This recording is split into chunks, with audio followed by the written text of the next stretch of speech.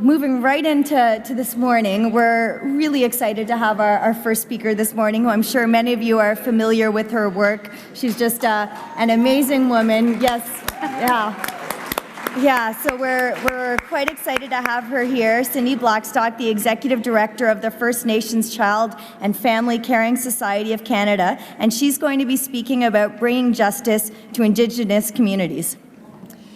Alors, avant de l'accueillir, So before we welcome Cindy Blackstock, let me introduce her in brief for those who are less familiar with her work.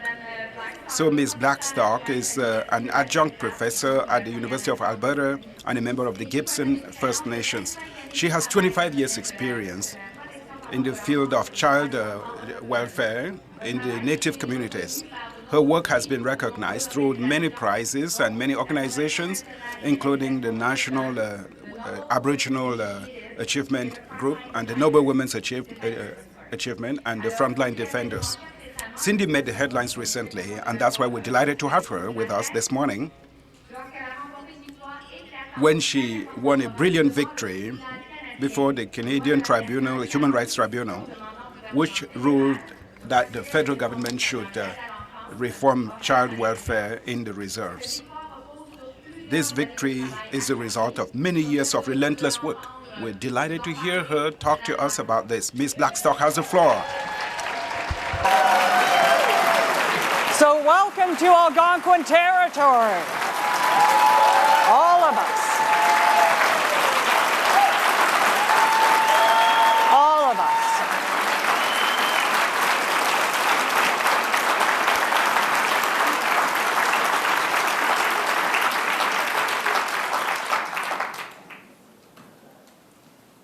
This past week, 9 people died in a fire. A woman was found drowned, a First Nations woman in a river in Thunder Bay. We don't know what happened to her. Children continue to go missing. Every night, First Nations children spend at least 9,500 nights in foster care. They go to sleep in foster care instead of with their families. And a lot of people say that dealing with First Nations children's issues, because there's so many of them, it makes us complex. But my mom always had a good saying for that. She said, when people say things are complex, look for the obvious, because almost no one does. No one does. And the obvious is that these are symptoms of the federal government's use of racial discrimination as fiscal policy.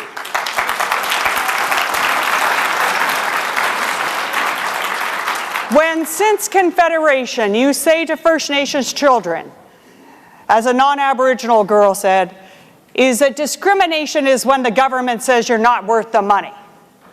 You are not worth the money in education, you get less in water, you get less in child welfare, you get less in recreation and culture and language, and a public that doesn't know any better judges you as if you get more. It is the biggest human rights issue we have in this country, and yet it has failed to capture the Canadian imagination. In some ways, I think because it confronts what our view of this country is at its essence, is a place of fairness. We cannot believe that our governments, for the last 148 years, have knowingly given First Nations children less. And that has been perpetuated by a concept that I call incremental equality, where there are so many cross-cutting inequalities for First Nations children that in any given budget cycle, the government might give you a little bit more money for education, maybe a little bit more money for water, but it still falls far short of what other Canadians get. And what you have in the Canadian public is a sense of why aren't we grateful? Why aren't we happy with receiving far less than what everybody else receives? But that's the narrative they don't get. We're getting this money, but it still falls far short of what other children receive. The defenders of incremental equality use words like practical, first steps, isn't this a good start? You got to begin somewhere. And the defenders of incremental equality are predominantly those who are already being treated equally, right? Now, this is a report on First Nations education. You can see it's written in 1967 by a man named Alex Sims. It's written for the Department of Indian Affairs. And he asked an important question back then. He said, can Ontario afford to wait for this glacial change towards equality? Let someone hazard a guess as to what year or what century significant changes in the achievement of children will be noted. Those children are First Nations children. What he points to in that report are dramatic inequalities in First Nations education throughout Ontario. I was 3 years old. I was one of those kids that could have benefited had someone listened to Sims, but no one did. It is now over 50 years later, and we're still at incremental equality. That's a danger of it. It never comes. It never comes. And Sheila Fraser and Michael Ferguson, the Auditors Generals, have repeatedly pointed out these inequalities in every area of First Nations experience. In her closing report, she says she's profoundly disappointed about the lack of progress in remedying the inequalities. And it's not because Canada doesn't know any better. The federal government does know it's treating children unequally. But it has become comfortable with the use of racial discrimination as fiscal policy. And we as a society, particularly those of us in the progressive movement, have not pushed the government so that we can take down what is Canada's Confederate flag.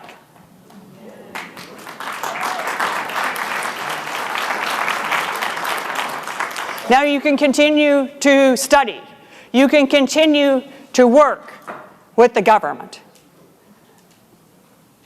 And you can continue to be okay with having children being treated less. But there comes a point, and it's our job as adults to stand up for kids, isn't it? It comes a point when you have to do that. And for us, it came in 2007. We had worked over 10 years with the federal government to remedy the inequalities in child welfare. We knew that they ran about 22 to 30% less than every other child in the country got. And the result of that was that there was more First Nations children in child welfare care than ever before in our history. Our little NGO, the First Nations Child and Family Caring Society, was funded by the federal government back then.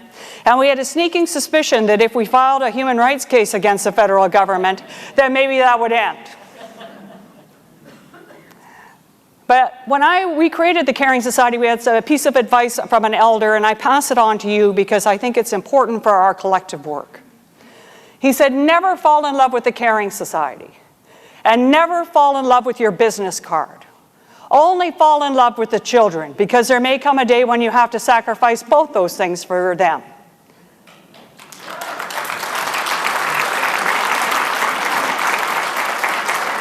That day came in 2007. The Assembly of First Nations and myself, we filed this human rights case against the federal government. We allege that they're racially discriminating against 163,000 children by providing flawed and inequitable child welfare services. It was a red-hot poker stick into the conscience of the nation, and yet it appeared only briefly in the newspapers, often at the pages 4 and 5. And within a couple of days, we had moved on to talk about other issues. There was almost no one there. I can still remember the echoes of my feet on the footsteps of Parliament as I walked out of that news conference. Nobody was there. But we created this campaign called I Am a Witness, where we load all of Canada's documents and all of ours in a court case, and we simply wanted caring Canadians to watch. Now, not even I would have known what would happen over the next 9 years. How vigorously the government of Canada would fight this case to try and get it dismissed, not because they disagreed with the facts. The federal government never said it didn't treat children unequally. Rather, it was concerned about its own fairness. The federal government tried 8 times to get it dismissed on this basis. They said it's unfair to compare the level of services we provide to First Nations to the level of services the provinces provide to everybody else. They also argued that if First Nations are delivering inadequate child welfare as a result of federal funding, then it's the First Nations discriminating against their people, not us, the federal government. Never once did they advance a case about what was in the interest of the children. And meanwhile, they were spinning a narrative in Canadian society that excused these inequalities. They would say that First Nations people cannot manage their money. What we need is accountability. What we need is to build their capacity to be treated equally. They would leave off the be treated equally. They would use capacity building. Now, it's true there are some First Nations people who are not managing their money well. But we're not alone in that.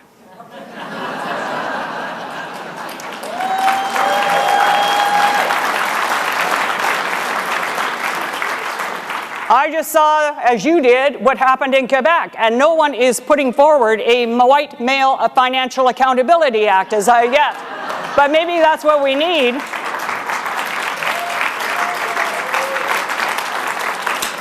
These are powerful stereotypes. They have stood in the way of putting our hearts into the nation.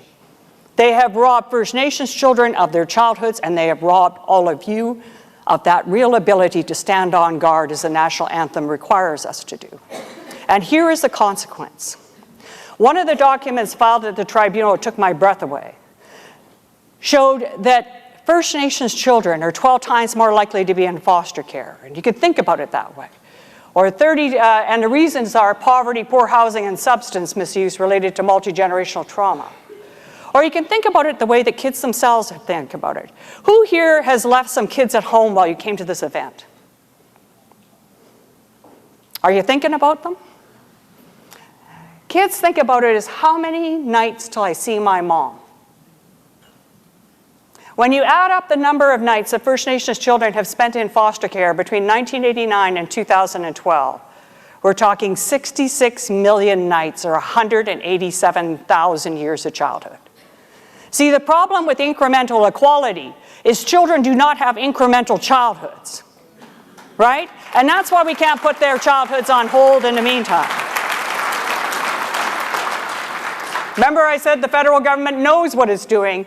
I think the best government documents are the secret ones, and those are the ones they don't want to share with us, right? It gets in the way of their speaking notes too often, I think. This is a federal government secret document that's showing what they estimate to be the shortfall in First Nations child welfare. You can see the date there. It's October 31st, 2012, and it's a significant amount of money. And where the shortfall is most acute is in keeping children together safely with their families. That's why the tribunal pointed out that Canada's inequitable provision of child welfare is widening the harm from residential schools. It is not narrowing it. It is not narrowing it. Now, we talked about the tragic fire. And we know that there's been, even in this most recent budget, allocations for housing and water and for building new schools. Well, all those things are in what is called the Indian Affairs Infrastructure Budget. But what has been happening over prior years is that they underfund education and child welfare and social assistances so dramatically that they are transferring over $98 million a year from infrastructure, not using it for that purpose, to put towards those shortfalls, and that even is inadequate. That money also covers fire protection. It also covers fire protection. So this literally is shifting deck chairs on the Titanic. What the federal government needs to do is not put more money to education and not put more money to housing. It is to, across the board, make a commitment to end racial discrimination across all these programs, to actually boost up the funding so that it's equivalent to what every other Canadian gets, and end this long-standing program of economic sanctions against First Nations peoples that is creating refugees in our own country that we are not helping. We're not helping.